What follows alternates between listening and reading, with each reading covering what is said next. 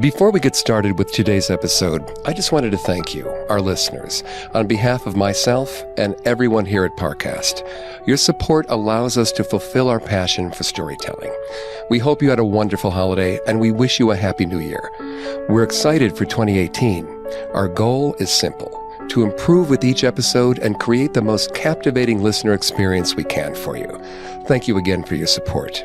It truly is humbling. Imagine walking up to a grand theater. Majestic spires curve into the shapes of crowns on the roof. Gold statues of formidable lions guard the entrance. And above you, a beautiful statue of an angel blows a trumpet. You step inside. Rows and rows of red velvet seats. An intricate gilded staircase takes you to a plush balcony where the gold drapes on the walls seem to envelop you. But as you look around the empty theater, you realize you're alone.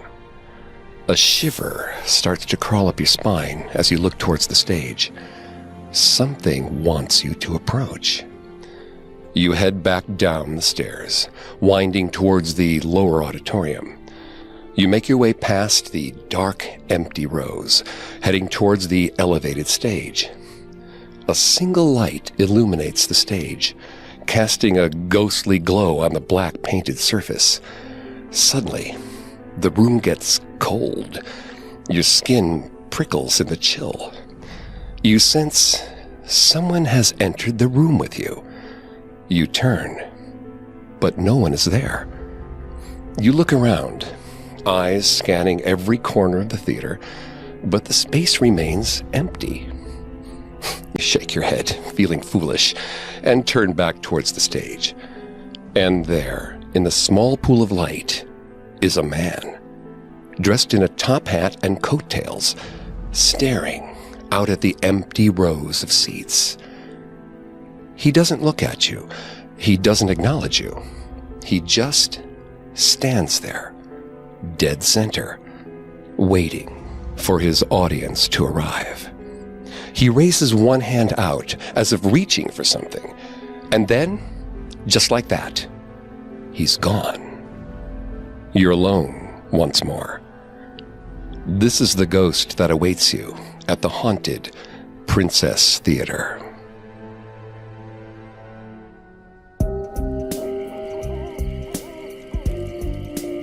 Welcome to Haunted Places. I'm Greg Polson. Every other Thursday, I take you to the scariest, eeriest, most haunted, real places on Earth. This week, join me on a supernatural journey to the Princess Theater in Melbourne, Australia, where the resident phantom of that opera has an origin story like no other. If you can't get enough haunted places, don't forget to subscribe. You can find us on your favorite podcast directory, as well as on Facebook and Instagram at Parcast, and on Twitter at Parcast Network. If you enjoy this podcast, please leave a 5-star review. It really helps. The Princess Theatre in Melbourne, Australia is one of the crown jewels of the performing arts in Australia. A stunning building, completed in 1886.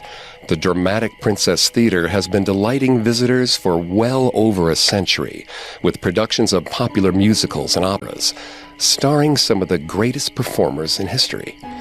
But within its walls, a darker story lurks. The history of theater is littered with superstitions. You dare not say the title Macbeth inside a theater for fear of being cursed. And one should never say good luck to a performer in case bad luck strikes them down.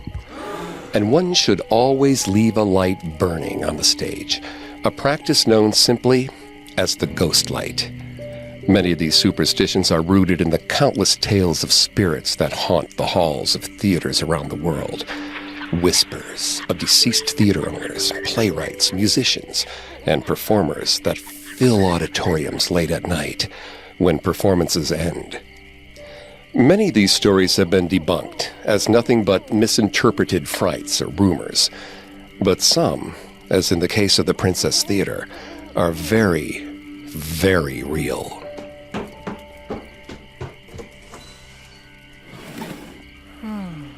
In 1994, an actor in the cast of the Princess Theater's latest production of the seminal musical West Side Story found himself alone in his dressing room, hours before the show was set to start. The building was quiet around him, as not so much as a stagehand had arrived for that day's work. Planning to take some time for meditation and focus, the actor decided to get a head start on his stage makeup, giving himself plenty of time to ease into his character for that night's performance. The actor placed his costume pieces carefully at his dressing table: pants, shirt, coat, hat, and sat in front of the bright lights of the makeup mirror to start applying his stage makeup. Soon, the actor started to feel like he wasn't alone. He called out, "Anyone there?" Perhaps the stage manager, who usually arrived early, might have come in without announcing herself. But no reply came. Shrugging it off, the actor turned back to the task at hand. But try as he might to focus on the evening's imminent performance, he couldn't shake the feeling that someone was in the building with him. As the minutes ticked by, the actor could feel a presence enter the room with him. A sudden chill seemed to overtake the room. The actor looked around, but no one had entered. Now, moving from perplexed to nervous, the actor struggled to talk himself down, to warm himself up in the unexplained cold air. Surely his nerves were getting the better of him, his imagination running wild in the empty space of the hall of a dressing room. But he couldn't shake the feeling that someone was there with him. And then, just as the actor was finally starting to calm, his hat flew off the table next to him. The actor watched, frozen in shock, as the hat hit the wall across the room, sliding down to the floor. The actor bolted out of the theater, refusing to ever step foot in the Princess alone again. So who, or what, scared our hapless thespians so badly? This is the story of the man known simply as Federici, a singer of unparalleled talent, who toured the world for years as the leading man in theater's most notable operas, whose life was cut tragically short, and whose ghost has haunted the Princess Theater for over 120 years.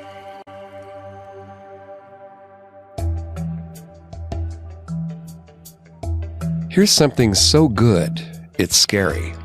If you crave stories full of suspense and horror, you have to check out Shudder. Brought to you by AMC Networks, Shudder is the streaming video service made for fans of spine-tingling thrillers.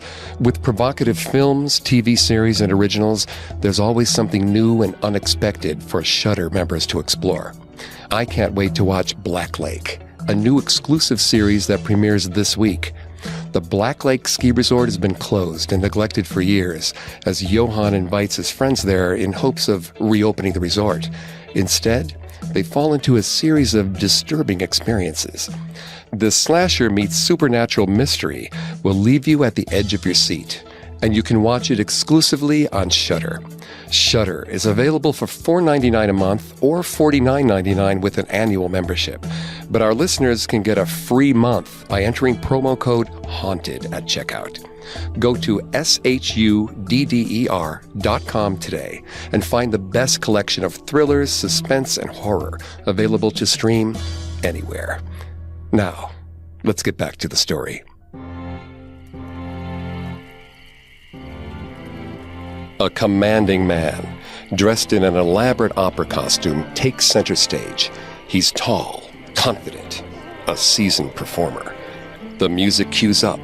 He opens his mouth and begins to sing in a smooth, powerful bass baritone.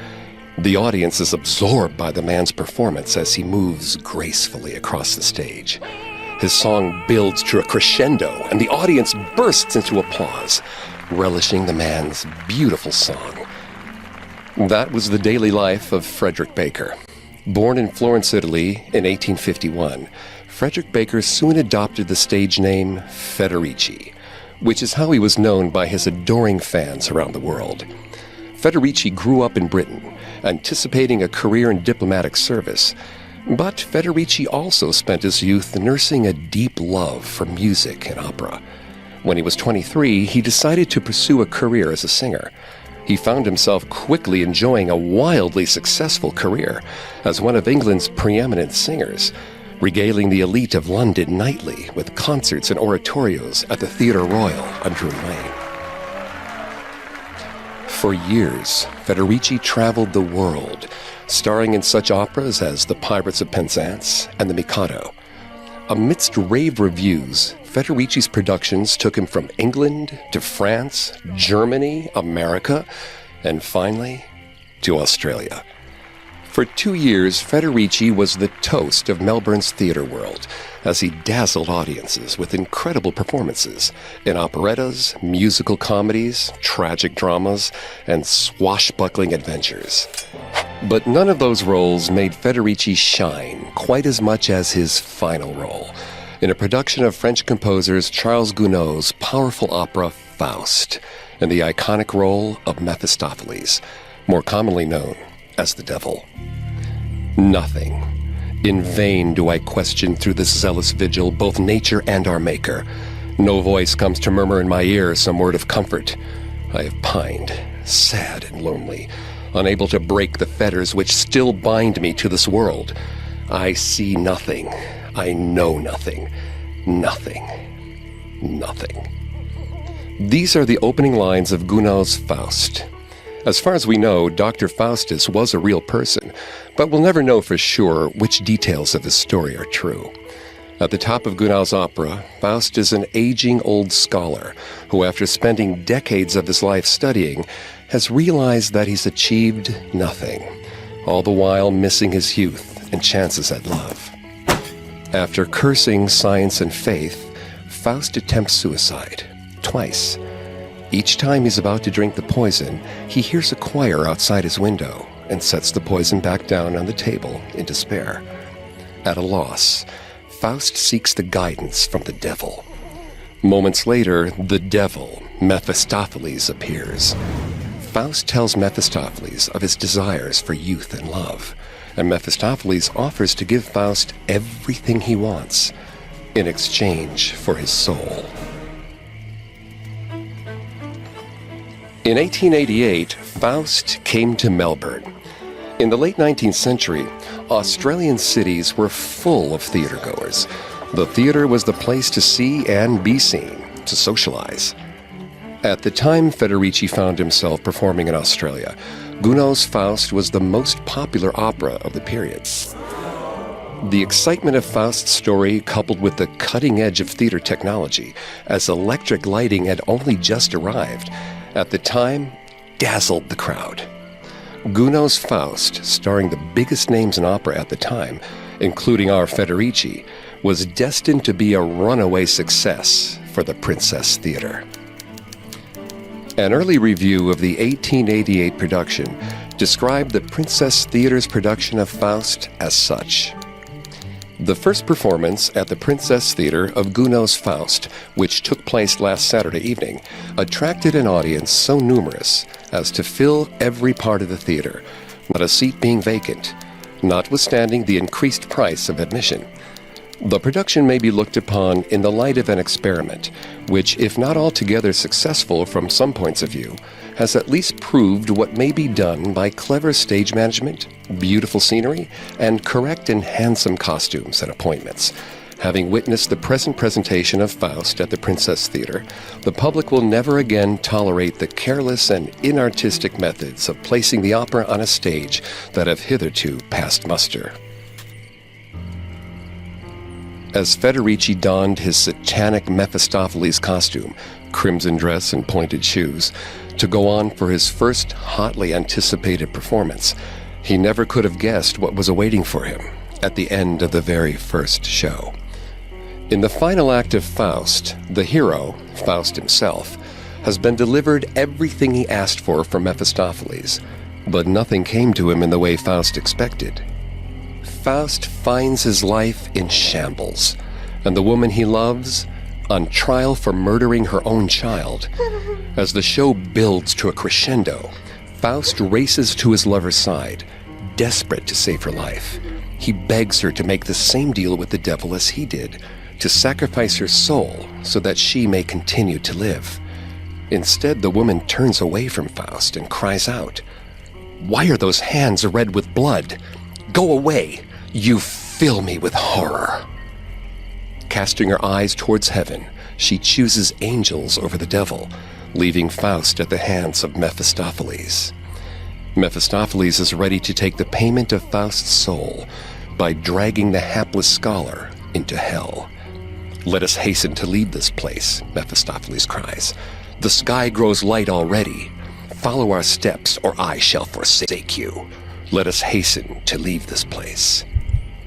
Mephistopheles reaches for Faust, ready to end the borrowed time on which he's been living. As Mephistopheles grabs Faust, the ground beneath them opens, and the devil pulls Faust down into hell. In Federici's production at the Princess Theatre, cutting-edge technology helped them achieve a stunning and dramatic effect for this final moment. Beneath the stage, a secret trapdoor opened, and Faust and Mephistopheles were lowered on an automated platform until they disappeared below in a haze of smoke and light. Such a wild scene shocked and delighted the audience at the Princess Theatre, unused to electricity being part of their theatrical performances. But the most shocking part of the performance went on without the audience even knowing. From the SA Register, March 4th, 1888. The English Opera Company at the Princess Theatre gave the first performance of Faust on Saturday night before a crowded assemblage. Mr. Lumain appeared as Faust, and Mr. F. Federici as Mephistopheles. The performance concluded with a sensational incident, although the audience dispersed without being aware of it. Federici played with success hardly anticipated, going for the last act apparently well.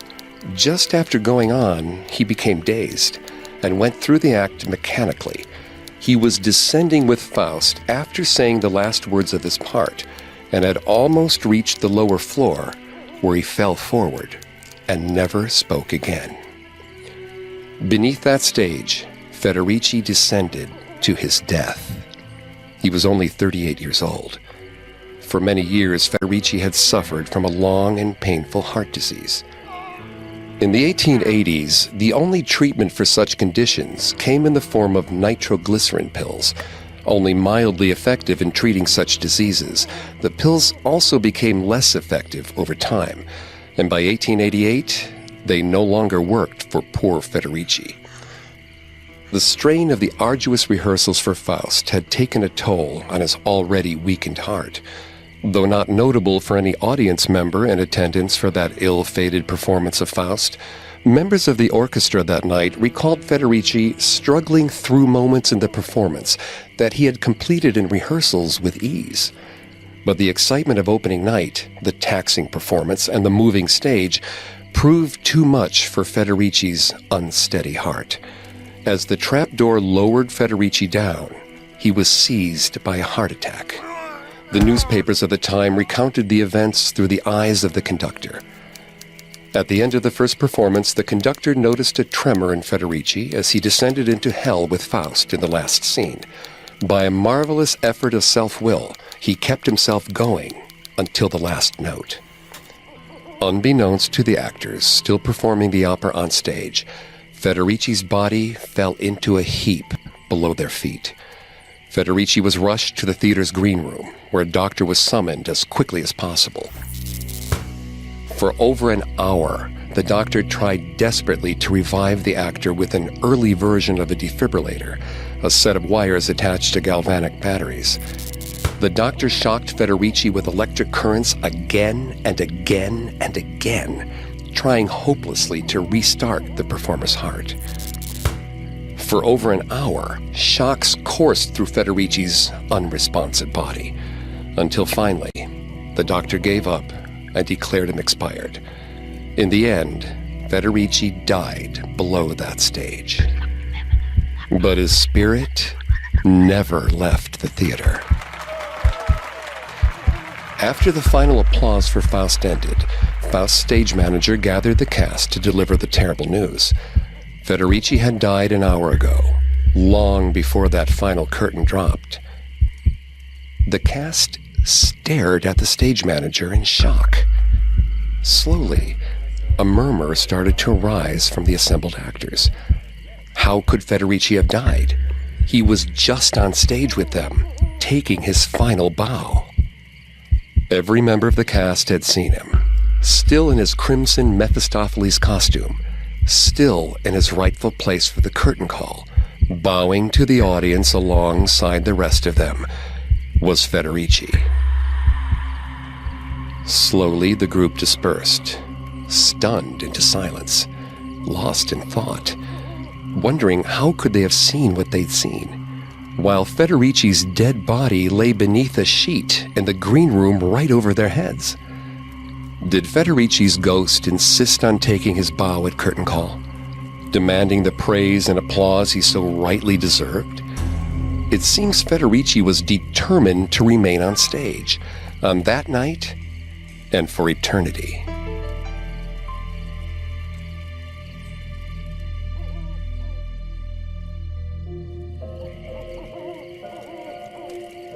Since that fateful night in 1888, when Federici's spirit first appeared before hundreds in attendance at his final performance, stories of his ghost have filled the elaborate walls of the theater.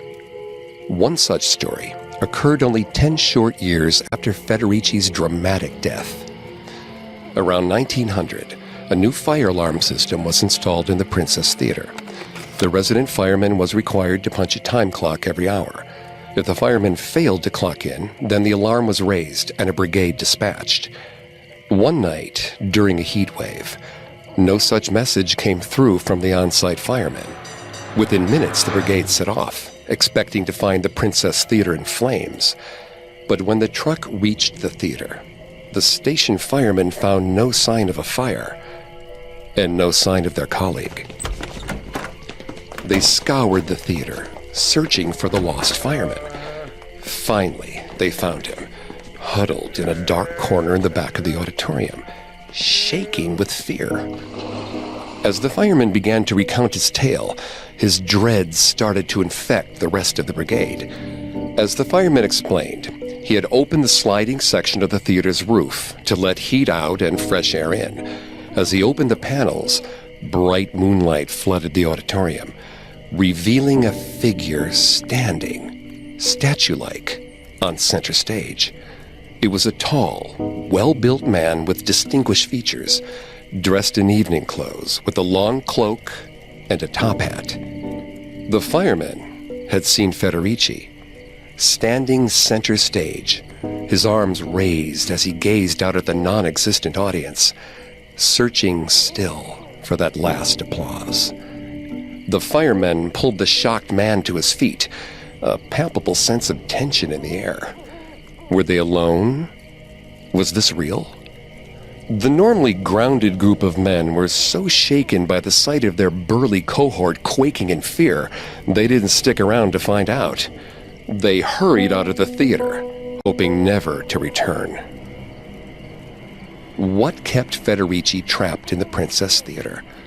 What stopped his soul from moving on, from leaving his mortal life behind him the way he should have? Was the stage effect so connected to the concept of hell that something supernatural happened at the moment of Federici's death? Or was it perhaps more personal, more selfish? Did Federici continue to claim his spot center stage, searching for eternity for another audience? Perhaps some clues lie in the days and weeks following his death. In the days after the deadly performance of Faust, the papers of Melbourne were rife with news of Federici's dramatic exit. It seems almost an act of irreverence to criticize the performance of an actor who has only just been carried to his grave.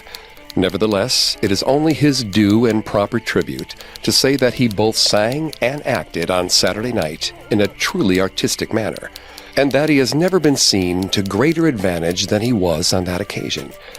His death created a terrible feeling of consternations, first in the company with who he had but a few minutes before been in association, and next, of course, in the public mind. The audience knew nothing of the occurrence, for his death took place actually beneath the stage, after he and Mr. Lumaine had descended into the trap. It was one of those many tragedies which have happened in connection with the history of the stage, and it will not be soon forgotten. The theater was closed on Monday evening out of respect to the memory of the deceased artist. Even on the brink of death, Federici's talent shone through. His only performance as Mephistopheles was met with rave reviews. Had he not passed away, it was clear Federici was poised to ascend to the next level of his career. But in the terrible tragedy of his death, Federici was replaced. As a mark of respect, no evening performance was given at the Princess the day following Federici's death. But after that, on Tuesday and each subsequent evening, Faust was again performed, Mr. St. Clair taking the part of Mephistopheles at a few hours' notice. The management may consider themselves most fortunate in having been able to secure the services of a gentleman competent to understand so important a role with only a few hours for preparation. Mr. St. Clair proved himself a capable actor and vocalist, receiving much applause and being called before the curtain. An actor's worst nightmare, being replaced, and then forgotten. Night after night, St. Clair took the stage in Federici's role. Night after night, he left the stage to uproarious applause. And night after night, Federici's ghost lingered in the theater, pained by this actor receiving the praise that Federici himself was due. Ripped from the earth at the height of his career, at the moment of his pivotal performance, Federici was torn from a certain fame and fortune his life had been leading him to. The worldwide travel that Federici had been enjoying, something few people in the 1800s ever got to experience, was gone. His 10-year marriage to the love of his life, actress Lena Monmouth, was cut tragically short. His 2 children were now growing up without a father. Is it any wonder Federici's spirit refused to leave the place that took all that promise and excitement away from him? Was Federici so distraught at the unfairness of his death that he refused to cross over to the world of the dead? It's more than possible, because St. Clair was not the last actor who upset Federici's spirit. In the 1990s, famous Australian actor Rob Guest took on the role of the Phantom in a long-running Australian-New Zealand tour of Phantom of the Opera, performing the part a record 2,289 times. Eventually, the production took him to Melbourne and the Princess Theatre. Guest performed the musical to the great delight of Melbourne and took his leave from the Princess to great admiration. But when he returned home, he found a most troublesome letter from a woman who had seen one of his Princess Theatre performances. "Dear Mr. Guest," the letter read, "I'm writing in admiration of your stellar turn as the Phantom. My husband and I enjoyed the performance so. However, I'd be remiss if I didn't inform you of the strangest sight I'd ever seen during your rendition of The Point of No Return. We were seated in the dress circle, and from there I saw what I can only say was another man standing to your left as you sang. He was dressed in full evening wear, including a top hat. He was there for maybe a full minute, and then he was gone, just like he was never there in the first place. I hope this doesn't disturb you, but I thought you should be made aware of this fascinating event. Rob Guest was shocked. The ghost of Federici had been with him on that stage. Sightings of Federici never stopped being reported over the years.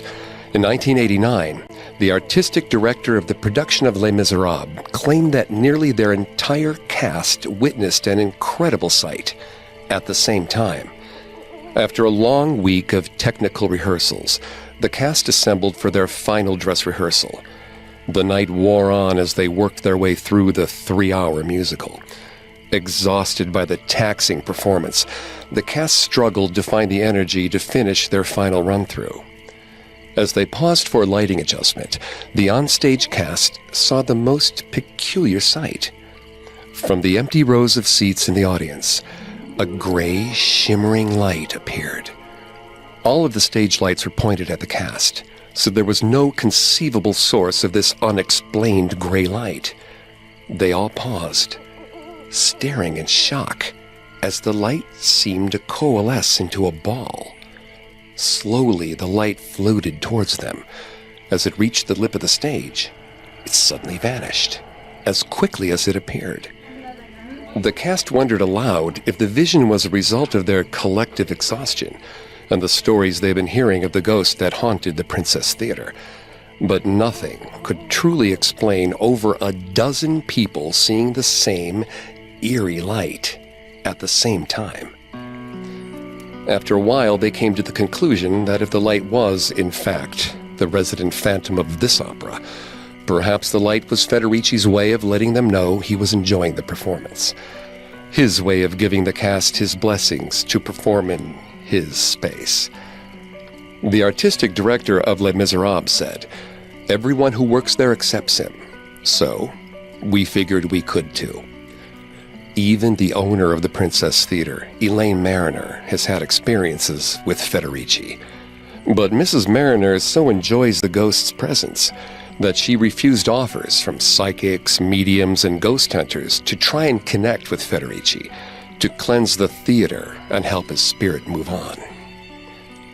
Instead, Federici is now an important part of the rich historic fabric of the Princess Theater.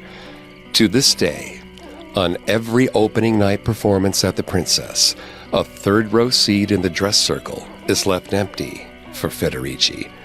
It's a sign of good luck if he joins the audience on that night. Perhaps Federici achieved in death what he so desperately wanted in life: eternal fame. Only he didn't accomplish this as an actor, but rather as one of the most well-known theater ghosts in the world.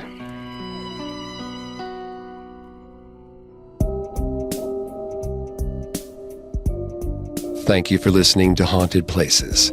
Don't forget to subscribe to Haunted Places on Apple Podcasts, TuneIn, Google Play, SoundCloud, Stitcher, Spotify, or any other podcast directory.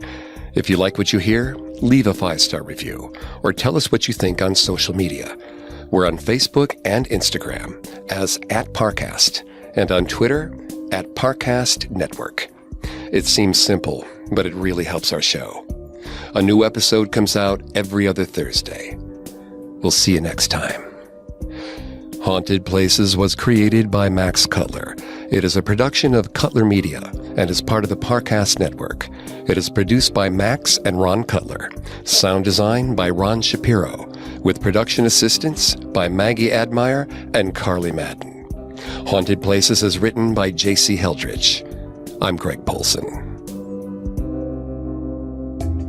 Premiering this week on Shudder is Black Lake, a new exclusive series. Remote and neglected, the Black Lake Ski Resort has been closed for years. Johan invites his friends there on a test trip with the idea of reopening the resort. They're soon gripped by a series of disturbing experiences. A slasher meets supernatural mystery, this 8-part series is now streaming exclusively on Shudder. Shudder is available for $4.99 a month or $49.99 with an annual membership. But now, our listeners can get 1 month free when you go to shudder.com and enter the promo code HAUNTED at checkout.